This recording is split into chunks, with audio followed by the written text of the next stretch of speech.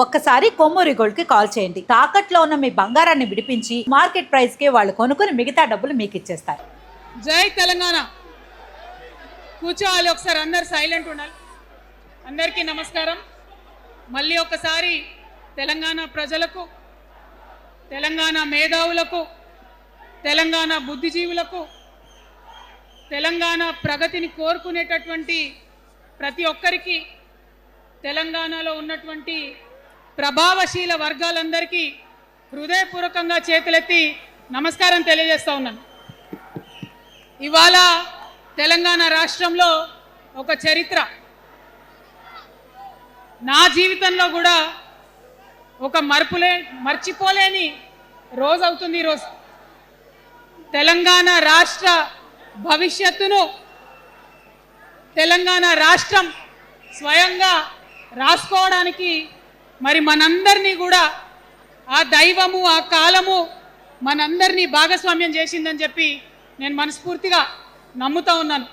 మీ అందరికీ తెలుసు, నేను అమ్మవారి భక్తురాలిని. ఇక్కడ స్టేజ్ మీద ఎవరు ఉండకండి, దయచేసి అందరు వెళ్ళండి, ఖాళీ అయ్యండి, మొత్తం అందరు వెళ్ళి కూర్చోండి దయచేసి. ఈ బౌన్సర్లు ఏందో వాళ్ళని తీసి వెళ్ళిపోమని.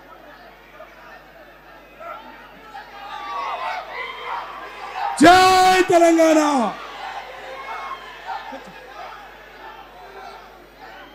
ఇవాళ ఈ సభా ప్రాంగణంలో ఉన్నటువంటి తెలంగాణ ఉద్యమకారులకు, తెలంగాణ అమరవీరుల కుటుంబాలకు, తెలంగాణ ఉద్యమంలో సర్వం కోల్పోయి అనేక రకాల కష్టాలు పడి రాష్ట్రం వస్తే చాలు అనుకొని పిడికిలు బిగించి కొట్లాడినటువంటి ప్రతి ఒక్కరికి, అదేవిధంగా సింగరేణి నుండి పెద్ద ఎత్తున తరలి వచ్చినటువంటి బొగ్గుగని కార్మికులకు, నాకు సింగరేణి చాలా ఇష్టం, కానీ కానీ కానీ మీకంటే మా ఆడబిడ్డలంటే నాకు ఇంకా ఇష్టం. ఈ సభలో ఉన్నటువంటి మా ఆడబిడ్డలకు ప్రత్యేకంగా నమస్కారం తెలియజేస్తున్నా. అదేవిధంగా అనేక మంది మా జెన్జీ వారియర్స్ వచ్చిండ్రు, మా యూత్ వచ్చిండ్రు, అందరికీ కూడా పేరు పేరున నమస్కారం.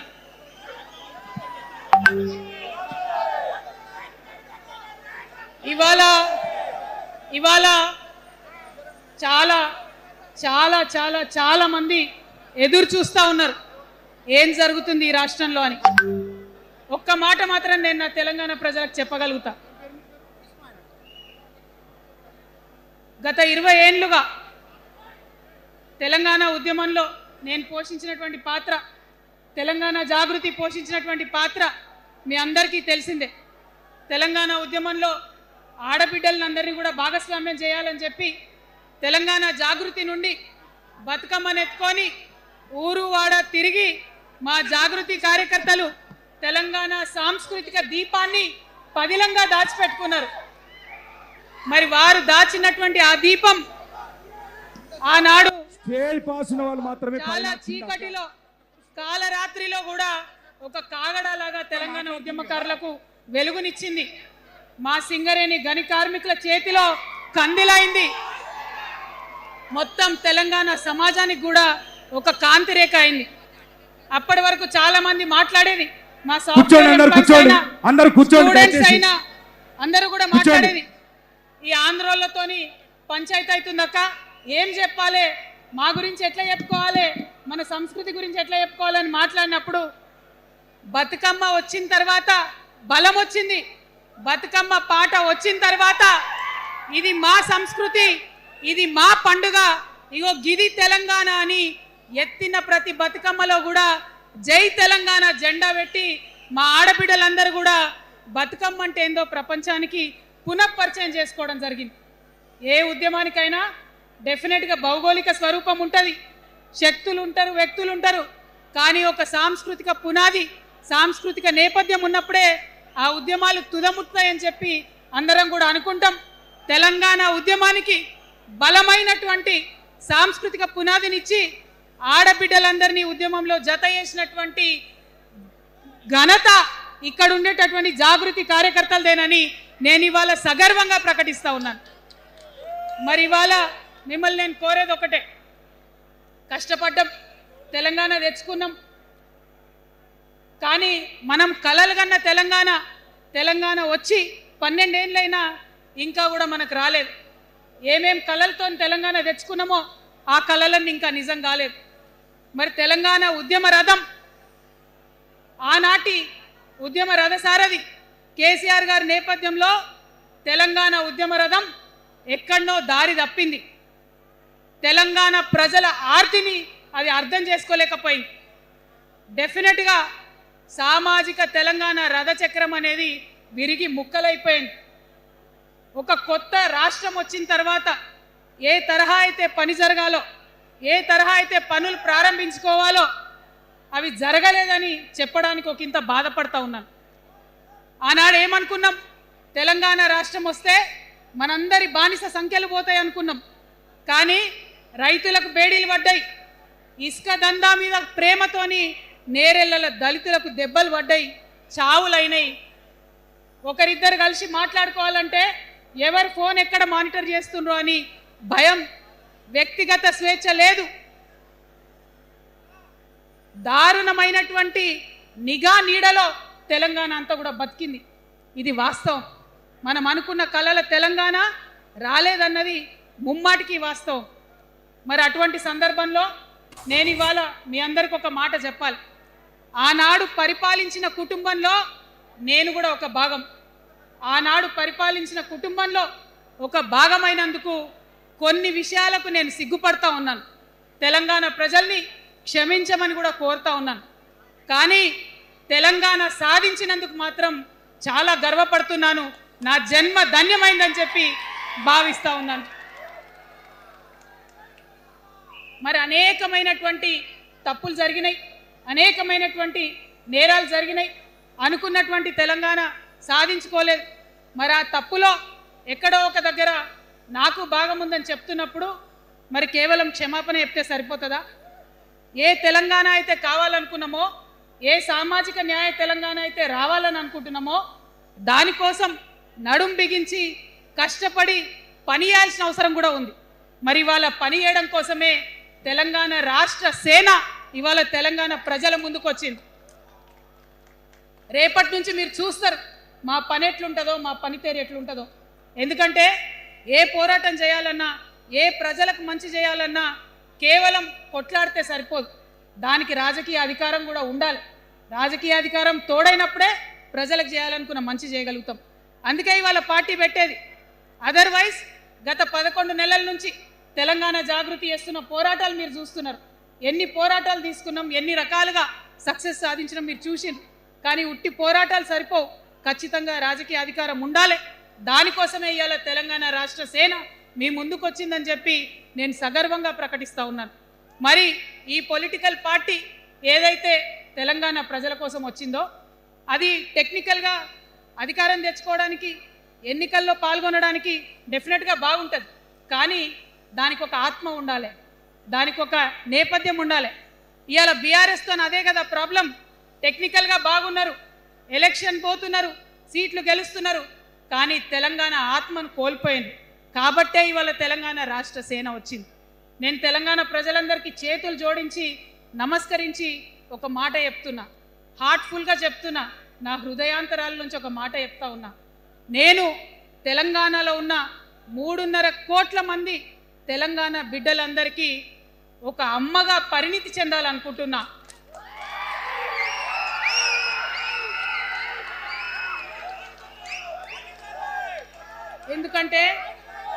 ఎందుకంటే ఒక అమ్మతనంతో పరిపాలన జరిగినప్పుడే బిడ్డలకి ఏదైనా కష్టం వస్తే అమ్మ హృదయం బద్దలవుతుంది. అటువంటి దుఃఖంతో పరిపాలన జరిగినప్పుడే, అటువంటి సంవేదనతో పరిపాలన జరిగినప్పుడే, అటువంటి ఆర్తితో పరిపాలన జరిగినప్పుడే రాష్ట్రం ముందుకు పోతుంది, రాష్ట్రంలో ఉన్న ప్రజల కష్టాలు తీరుతాయి. ఇవాళ ఎన్నిసార్లు ఎన్ని రకాలుగా ఆలోచన చేసినా మన తెలంగాణ రాష్ట్రంలో అనేక రోజుల నుంచి, అనేక సంవత్సరాల నుంచి ఒక భూస్వామ్య వ్యవస్థ నడిచింది. మనకు తెలుసు, అనేక రకాల పోరాటాలు వచ్చినాయి. సమానత్వం కోసం ప్రయత్నం చేసినాం, పోరాడుతూనే ఉన్నాం. అది రైతాంగ సాయుధ పోరాటం కావచ్చు, ముల్కీ ఉద్యమం 1952 కావచ్చు, 1969లో తెలంగాణ ఉద్యమం కావచ్చు, తర్వాత వచ్చినటువంటి నక్సలైట్ ఉద్యమం కావచ్చు, అనేక సామాజిక ఉద్యమాలు, ఎందరో మంది మహానుభావులు, ప్రొఫెసర్ జయశంకర్ గారి దగ్గర నుంచి మొదలు పెడితే చాకల ఐలమ్మ గారు, దొడ్డి కొమరయ్య గారు, ఆరుట్ల కమలాదేవి గారు, రావి నారాయణ రెడ్డి గారు, సురవరం ప్రతాప్ రెడ్డి గారు, దాశరథి గారు, కాళోజీ గారు, నక్సలైట్ ఉద్యమంలో గద్దరన్న గారు, గణపతి గారు, మారోజు వీరన్న గారు, సాంబశివుడు గారు, ఇట్లా అనేక మంది పోరాటం చేస్తే అంతో ఇంతో సమానత్వం ఇప్పుడు వచ్చింది. మలిదశ తెలంగాణ ఉద్యమంలో కేసీఆర్ గారు, అట్లానే ప్రాణాలు ఇచ్చినటువంటి ఇషాన్ రెడ్డి గారు, యాదయ్య కావచ్చు, సువర్ణ కావచ్చు, అనేక మంది కొట్లాడితేనే ఇవాళ తెలంగాణ రాష్ట్రం వచ్చింది.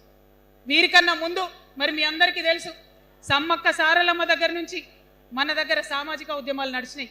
కొమరం భీం కావచ్చు, సమ్మక్క సారయ్య కావచ్చు, సారలమ్మ కావచ్చు, షోయబుల్లా ఖాన్ కావచ్చు, మగ్దూమ్ మొయ్యుద్దీన్ కావచ్చు, ఇట్లా అనేక మంది కొట్లాడితే కొంచెం సమానత్వం వచ్చింది. కొండా లక్ష్మణ్ బాపూజీ గారిని తెలుసుకోవాలి, పండుగ సాయనని తెలుసుకోవాలి, సర్వాయి సర్దార్ పాపన్న గౌడ్ని తెలుసుకోవాలి. ఇట్లా అనేక మంది కొట్లాడి, పంతు నాయక్ గారు ఉన్నారు, మరి ఇట్లా ఆదివాసీ వీరులు అనేక మంది ఉన్నారు, బియ్యాల జనార్దన్ రావు ఉన్నారు, ఆదివాసీల కోసం కొట్లాడినటువంటి బిడ్డ.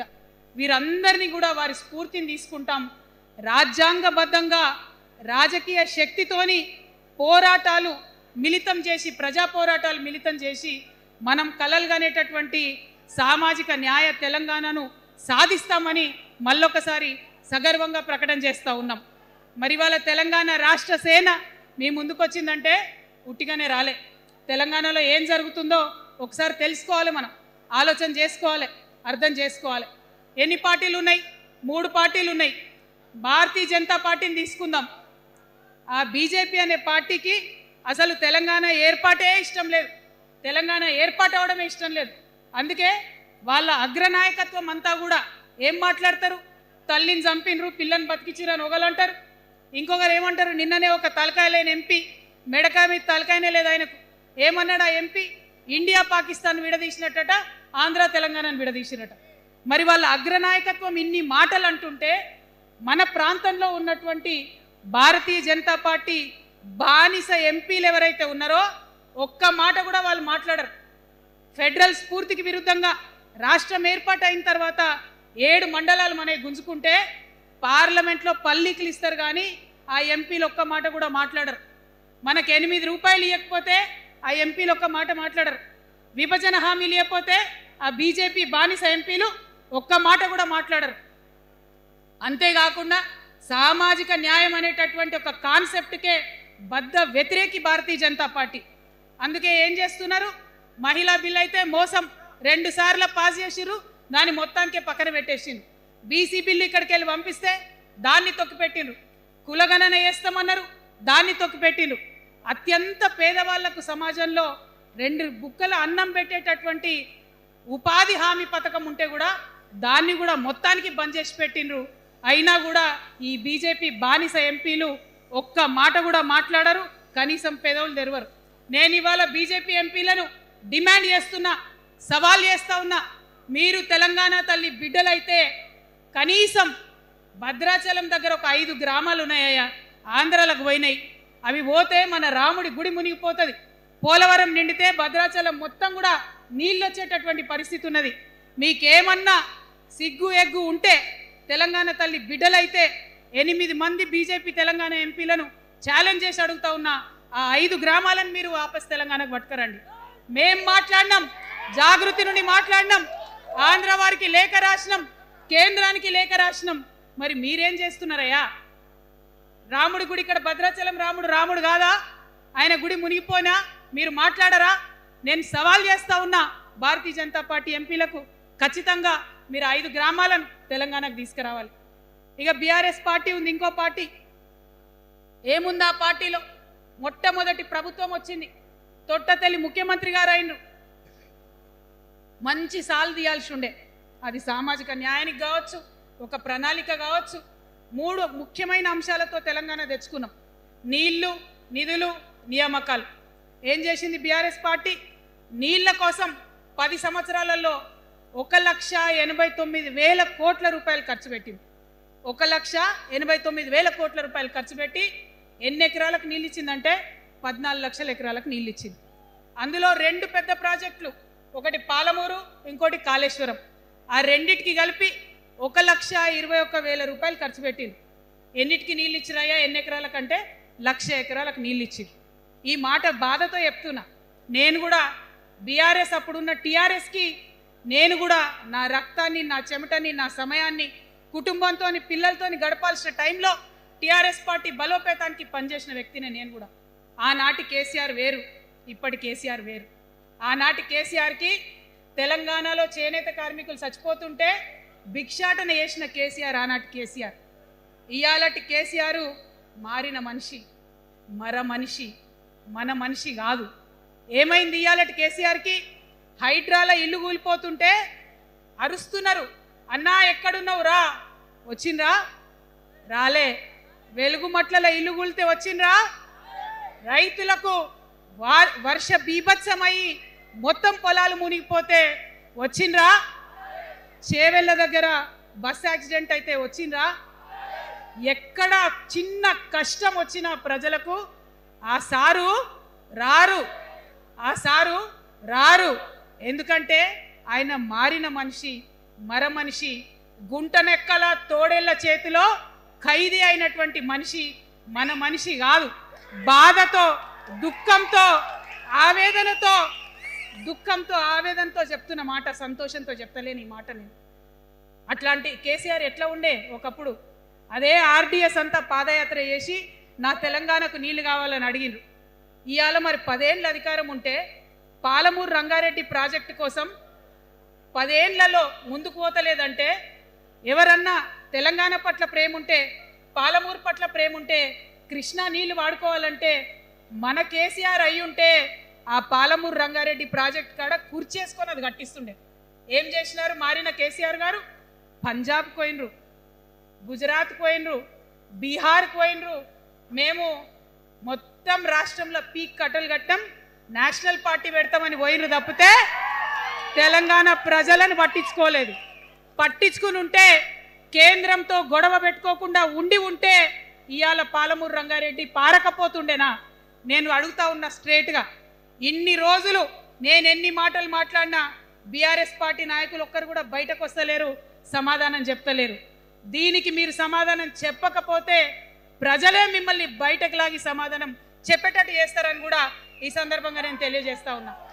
ఒకటే మాట అడుగుతున్నా, మన కేసీఆర్ అయి ఉంటే ఆనాడు తెలంగాణ బిడ్డలు కష్టపడితే బయటకు వచ్చి నా బిడ్డలకు ఇబ్బంది అవుతుందని కొట్లాడిన వ్యక్తి, సింగరేణి గనిలో ఒక కార్మికుడు చనిపోతే అక్కడి దాకా పోయి చూసి వచ్చినటువంటి వ్యక్తి.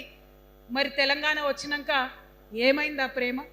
అధికారం ముందు మమకారం తగ్గిపోయిందా? ఏం జరిగిందని నేను అడుగుతా ఉన్నా. ఎందుకు ఈ మాట చెప్తా ఉన్నా అంటే, ప్రేమ నాకు కూడా ఉంది. నాకు తండ్రి కావచ్చు, అది వేరే విషయం. కానీ ఒక రాజకీయ నాయకుడిగా వారు ఈ మధ్య రాజకీయ పరిణితి కోల్పోయి మాట్లాడుతూ ఉన్నారు. కేటీఆర్ గారు మాట్లాడిందంటే ఓకే అనుకోవచ్చు, ఆయనకు పెద్ద తెలియదు పాపం. కానీ కేసీఆర్ గారు అనే మాట ఏంటంటే, ప్రజలు తప్పు చేసింది. ఓకే, ఒక సెకండ్ నేను ఒప్పుకొని దాన్ని, ఒక సెకండ్ అనుకుందాం. ప్రజలు తప్పు చేస్తే నేను ఒక తల్లిగా అడుగుతున్నా, నేను నా కొడుకో మాట చెప్తా, వాడు వినలేదనుకో, కింద పడ్డాడు అనుకో, విడిచిపెడతానా? దగ్గర తీసుకొని మంది అనా? ఓకే, ప్రజలు తప్పు చేసిరు అనుకోండి, మీకు అధికారం ఇవ్వలేదు అనుకోండి, ఒక కర్కోటకుడి పాలన నడుస్తుంది అలా తెలంగాణలో. ఇబ్బంది పడుతున్నారు ప్రజలు, గోసపడుతున్నారు, ఏడుస్తున్నారు. ఇండ్లు అన్నీ ఉండి ఇండ్లు గూలగొడుతుంటే, అర్ధరాత్రి ఇంటి మీదకి వచ్చి ఇండ్లు గూలగొడుతుంటే ఆదుకోవాల్సిన అమ్మ లాంటి మన పాత కేసీఆర్ ఏడి? ఎక్కడున్నాడు? ఇది మనం అడగాల్సింది. అందుకోసమే నేను ఈ నిర్ణయం తీసుకున్నది. నన్ను పార్టీలోంచి బయటకేస్తే నేను వెంటనే పార్టీ పెట్టలే. ఆనాడు కూడా చెప్పిన, నేను ఆలోచన చేస్తున్నా, మారతారేమో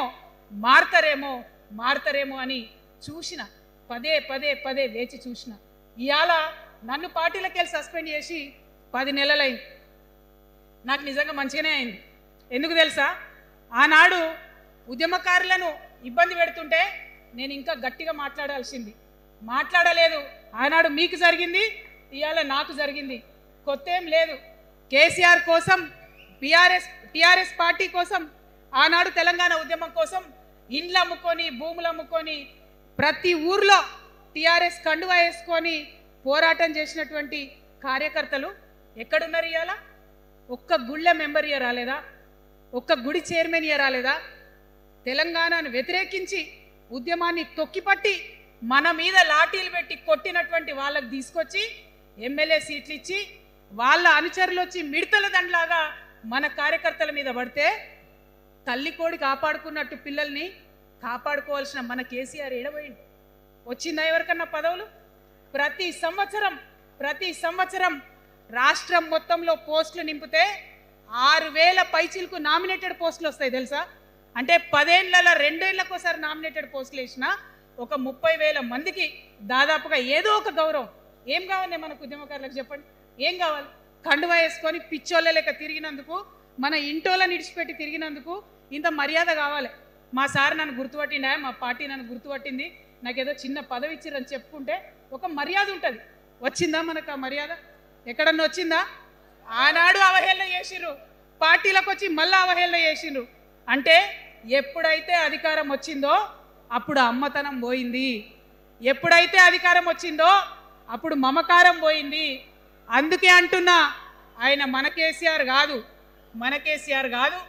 మారిన కేసీఆర్, మరబొమ్మ లాంటి కేసీఆర్. కాబట్టే ఇవాళ నేను నిలబడి యుద్ధం చేస్తా ఉన్నా. ఈ గడ్డకు ఈ తెలంగాణ రాష్ట్రానికి ప్రాణాలు అడ్డం పెట్టుకొని మన ప్రజలను కాపాడాల్సినటువంటి వ్యక్తులు కావాలి, అటువంటి సైన్యం కావాలి. సైన్యం అయిదామా? సిద్ధంగా ఉన్నారా?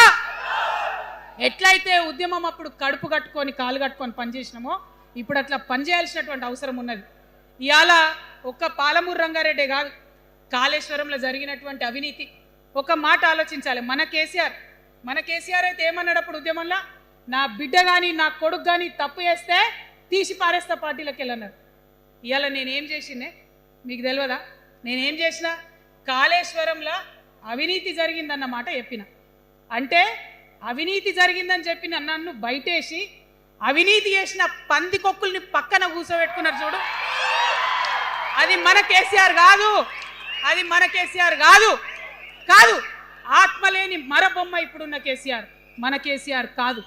మన కేసీఆర్ అయితే కళ్ళెత్తి చూసే ధైర్యం ఉండకుంటుండే, కాళ్ళు మొక్కేటటువంటి తత్వం ఉంటుండే. ఇవాళ అది మన కేసీఆర్ కాదు. కాబట్టే ఎదురుగా నిలబడి కొట్లాడుతా. నాతో కలిసి వస్తారా? సిద్ధమేనా? ఇవాళ బీఆర్ఎస్ పార్టీ చేస్తున్నటువంటి అనేక తప్పులు, అనేక అంశాలు ఉన్నాయి. ఒకటి కాదు, రెండు కాదు. ఇది ప్రారంభం మాత్రమే. మొదలు పెట్టినాం, జస్ట్ ఇల్లలికినాం. In front there is crocodiles festival. తర్వాత చాలా చెప్పేది ఉంది, అప్పుడు చెప్దాం. ఇప్పుడు ఏం జరుగుతుంది ఈ రాష్ట్రంలో? ఒక కర్కోటకుడు ఆయన పరిపాలన జరుగుతుంది. బాధ అనిపిస్తుంది ఒక పొలిటికల్ లీడర్ని కర్కోటకుడు అనాలంటే. కానీ అనక తప్పని పరిస్థితి.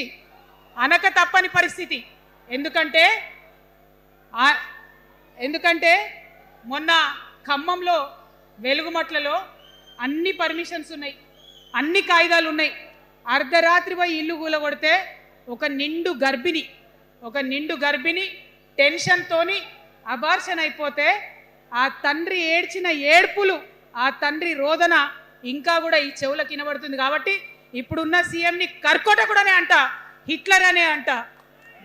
2 నెలల చిన్న పాప పసికందు కుమ్మెర గ్రామంలో చచ్చిపోతే ఇప్పటి వరకు కూడా కేసు పెడతలేరు. హోంమంత్రి కూడా ముఖ్యమంత్రే, ఆయనకు తీరిక లేదు పాపం. చిన్న పసికందు చచ్చిపోతే ఇప్పటి వరకు కేసు పెడతలేరు. అందుకే అంటున్నా, కర్కోటకుడైనటువంటి సీఎం పరిపాలనలో ఉన్నాం. ఖచ్చితంగా కొట్లాడాల్సిందే.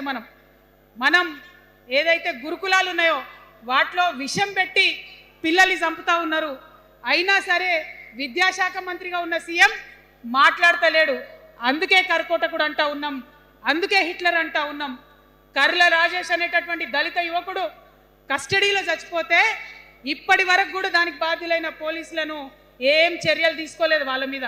అందుకే కర్కోటకుడు అంటా ఉన్నాం, అందుకే హిట్లర్ అంటా ఉన్నాం. పిడికిలి బిగించి ఇప్పుడున్నటువంటి రాక్షస కాంగ్రెస్ పైన ఖచ్చితంగా కొట్లాడతాం. అందరికన్నా ఎక్కువ కొట్లాడతాం. ఇప్పుడు మనమే ప్రధాన ప్రతిపక్షం అవుతాం. 2 ఏళ్ల తర్వాత మనమే అధికార పక్షం అవుతాం. ఖచ్చితంగా అధికారంలోకి వస్తాం. ఎందుకోసం వస్తాం అంటే నేను ఒక మాట చెప్పాలి. అందరినీ మనం మాటలు అంటున్నాం కదా, we're opposing everybody, we're criticizing everybody, but what is the solution? Don't oppose without propose అని కాన్షీరామ్ గారు చెప్పారు, నేను చెప్పలే. Don't oppose without proposal. So నేను కొన్ని ప్రపోజల్స్ తెలంగాణ ప్రజల ముందు పెట్టాలనుకుంటున్నా. నేను ఈ 3 పార్టీలు అధర్మంతో నిండిపోయినాయి, అవినీతితో నిండిపోయినాయి, బంధుప్రీతితో నిండిపోయినాయి, కుటుంబ అవినీతి పరిపాలనతో నిండిపోయినాయి. కాబట్టి నేను ఒక ప్రపోజల్ చెప్తున్నా. ఈ 3 పార్టీల మీద ఆనాడు భగవంతుడు శ్రీకృష్ణుడు చెప్పినట్టు పాంచజన్యం, ఆయన శంఖం పేరు, యుద్ధంకి ముందు పాంచజన్యం ఎట్లయితే పూరిస్తారో మనం కూడా పాంచజన్యం పూరిద్దాం. ఒక 5 అంశాలను ప్రధానంగా తీసుకుందాం. ఆ 5 అంశాల కోసం ఇప్పుడు కొట్లాడదాం, రేపు ప్రభుత్వంలోకి వచ్చిన తర్వాత మన ప్రజలకు ఇద్దాం. ఏం అంశాలు అవి? మొట్టమొదటిది విద్య. ఇవాళ గవర్నమెంట్ స్కూల్స్ అంటే ఆనాడు కేసీఆర్ గారు స్కూల్ బంద్ చేసుకుంటూ వచ్చారు, అదే రేవంత్ రెడ్డి గారు కొనసాగిస్తున్నారు. ఎక్కడా కూడా ప్రభుత్వ పాఠశాలలలో వసతులు లేవు. వాష్రూమ్ ఉండదు, వాచ్మెన్ ఉండడు, అటెండర్ ఉండడు, పిల్లలే పోయి బెల్లు కొట్టుకోవాలి, పిల్లలే పోయి బాత్రూమ్లు కడుక్కోవాలి, మంచినీళ్ళు ఉండవు, భయంకరమైన పరిస్థితి ఉంది. నేనేమంటా అంటే గుడిని ఎంత పవిత్రంగా చూస్తామో బడిని కూడా అంతే పవిత్రంగా చూడాలి.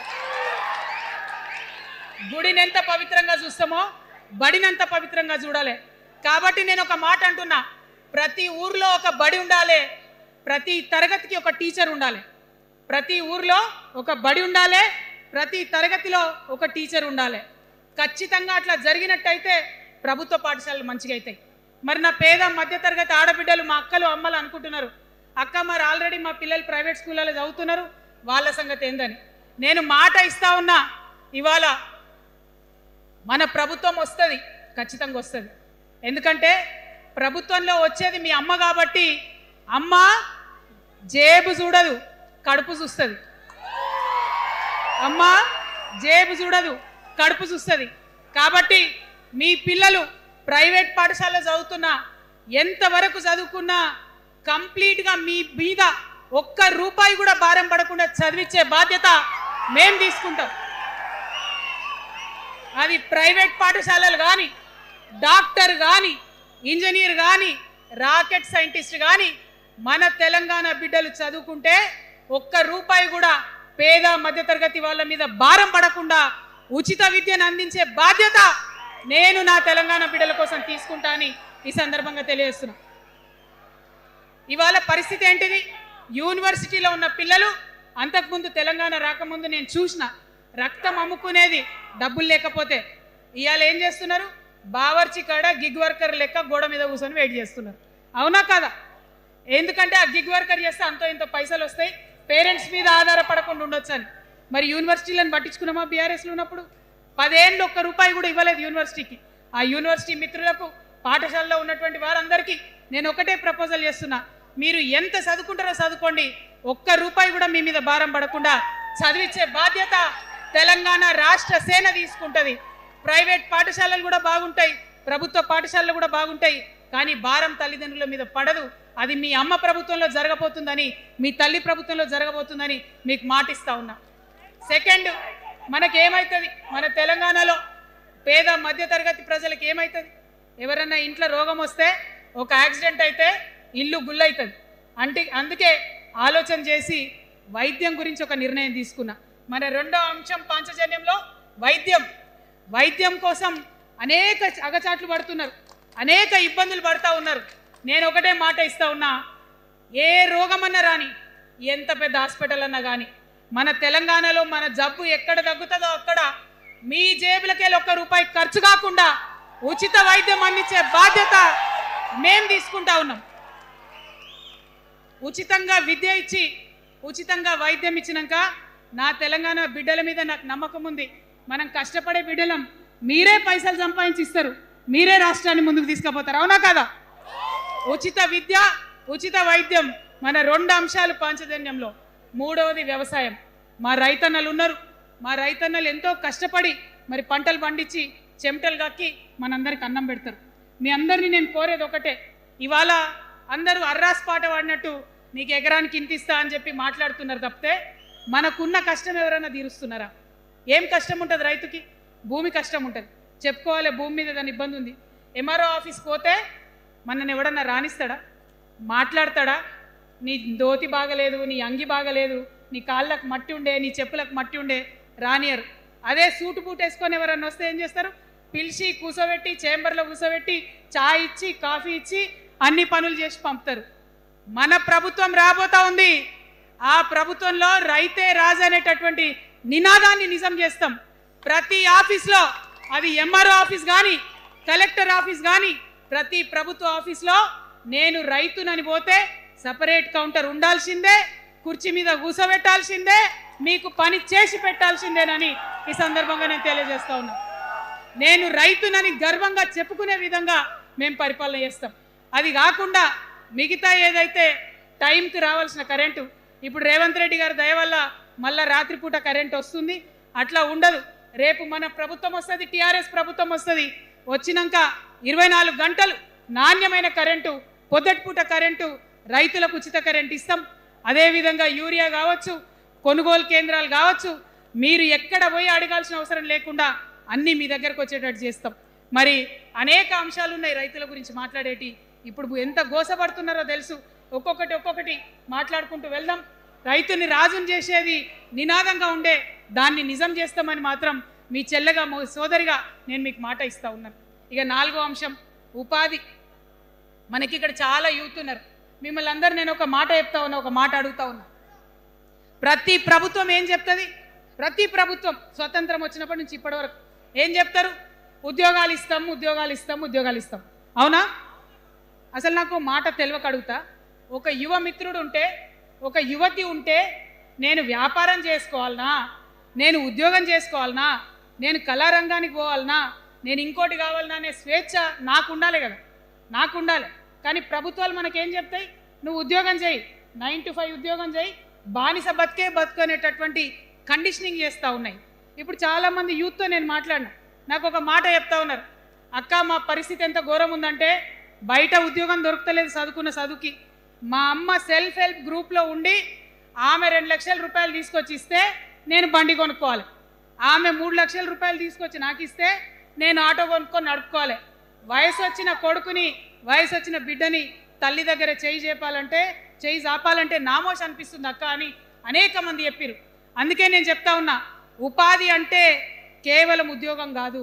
ఉపాధి అంటే మన ప్రభుత్వంలో, రేపు రాబోయేటటువంటి మీ అమ్మ ప్రభుత్వంలో 2 లక్షల రూపాయల నుంచి మొదలు పెడితే 20 కోట్ల రూపాయలకు కూడా మనము మీ వ్యాపారానికి సంబంధించిన ఐడియాతో మీరు వస్తే బ్యాంకులతో సంబంధం లేకుండా నా యువకులను, నా యువతులను నమ్మి ఆ లోన్ డైరెక్ట్గా మీకు ఇవ్వడం జరుగుతుంది. ఎందుకోసం ఈ మాట చెప్తా ఉన్నా అంటే, మన తెలంగాణ బిడ్డలకు మంచి సృజనాత్మకత ఉంది, ఆలోచించే శక్తి ఉంది, కష్టపడే తత్వం ఉంది. ఇవన్నీ కూడా మంచి వ్యాపారవేత్తలకు ఉండేటటువంటి లక్షణాలు. కానీ వచ్చినటువంటి ఏ ప్రభుత్వాలు కూడా మనకు చేయూతనియ్యలే. ఖచ్చితంగా నా యూత్ని నేను నమ్మాలనుకుంటున్నా, నా యూత్కి నేను డబ్బులు ఇవ్వాలనుకుంటున్నా. వాళ్ళ చేతిలో డబ్బులు పెట్టి వాళ్ళు ఇంకెంత సంపాదన నా తెలంగాణ రాష్ట్రానికి ఇస్తారో చూడాలని నేను అనుకుంటున్నా. యూత్ ఎంపవర్మెంట్ గ్రూప్స్ తయారు చేస్తాం. 2 lakhs to 20 crores వరకు డైరెక్ట్గా గవర్నమెంటే ఉండి మీకు లోన్స్ ఇస్తాం.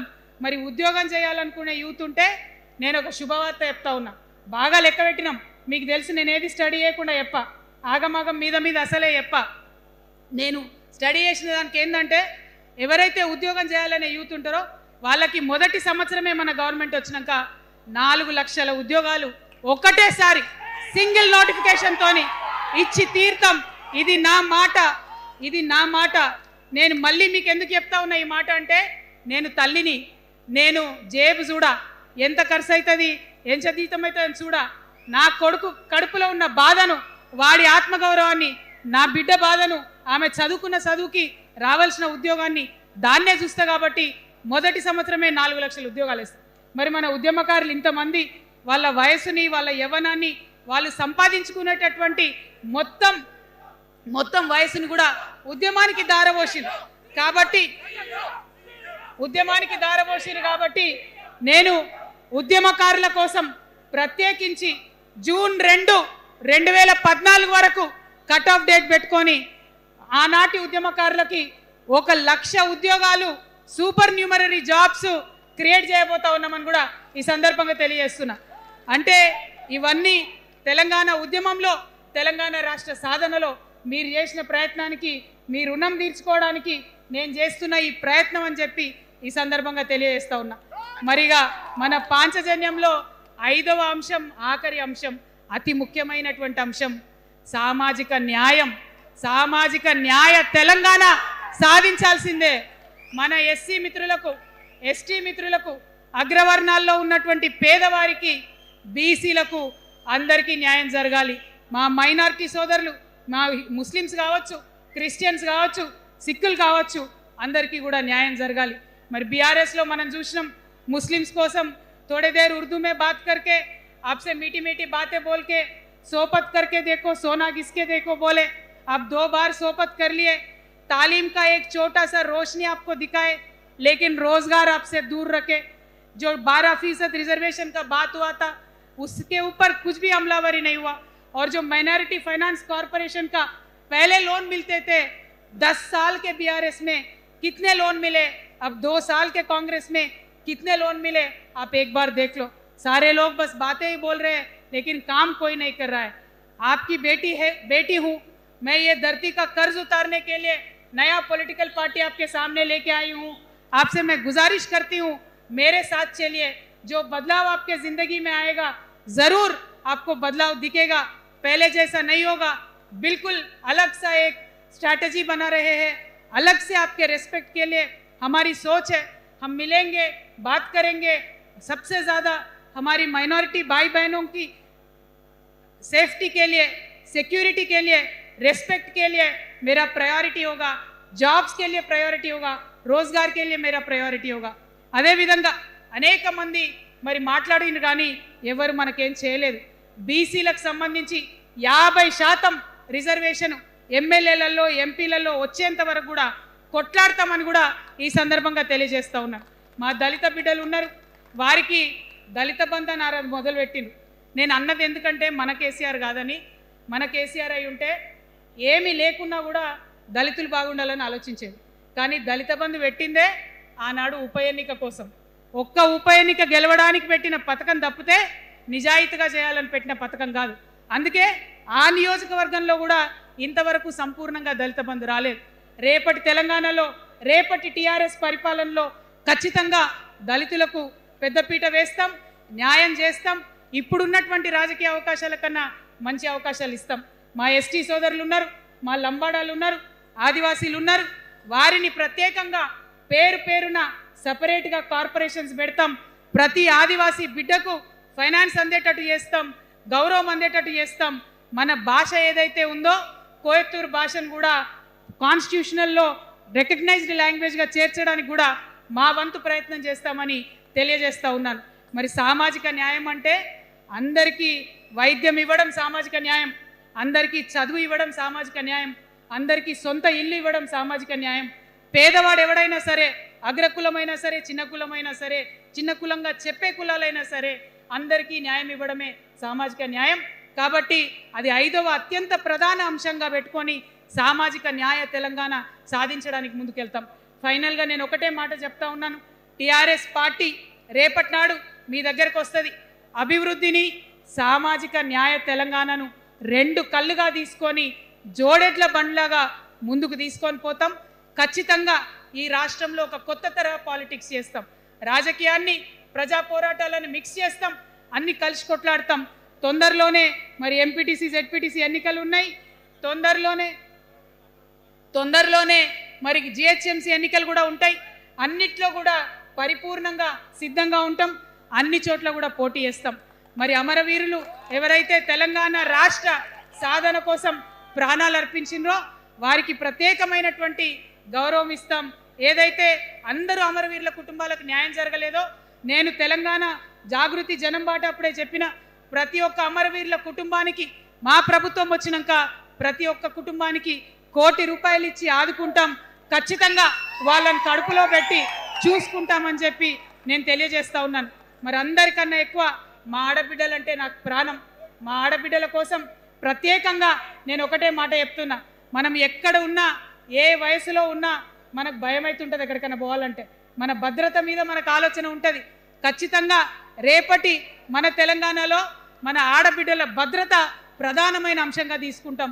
అదేవిధంగా ఇప్పుడు చదువుకుంటున్నటువంటి ఆడపిల్లలు వారి ఉద్యోగాల మీద ప్రయారిటీగా తీసుకుంటాం. వారి వ్యాపారవేత్తలుగా తీర్చిదిద్దడానికి ఖచ్చితంగా ప్రయత్నం చేస్తాం. ఇప్పుడు సెల్ఫ్ హెల్ప్ గ్రూప్స్లో ఏదైతే వడ్డీ లేని రుణాలు ఇస్తున్నారో అట్లా కాకుండా ప్రాపర్గా గ్రాంట్స్ ఇచ్చేటట్టుగా ప్రయత్నం చేస్తాం. చిరు ఉద్యోగులు, కాంట్రాక్ట్ ఉద్యోగులు ఎవరైతే ఉన్నారో, ఎవరైతే విస్మరించబడ్డారో వారందరినీ కూడా కళ్ళలో పెట్టి కాపాడుకుంటాం. ఇవాళ ప్రారంభం మాత్రమే, అనేక అంశాలు చెప్పుకున్నాం. కానీ ఖచ్చితంగా పాంచజన్య శంఖం పూరిస్తాం.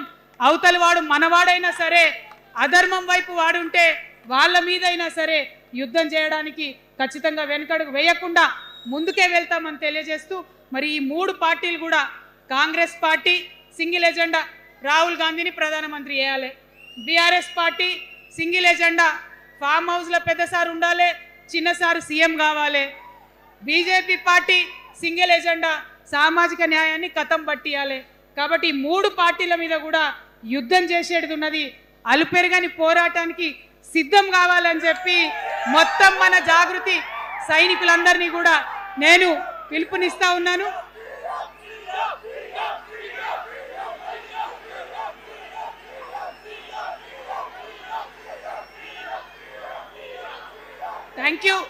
Thank you. జై తెలంగాణ, జై తెలంగాణ.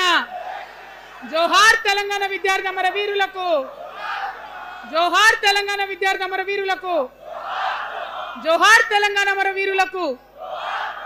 జై తెలంగాణ, జై టిఆర్ఎస్, జై టిఆర్ఎస్, జై టిఆర్ఎస్.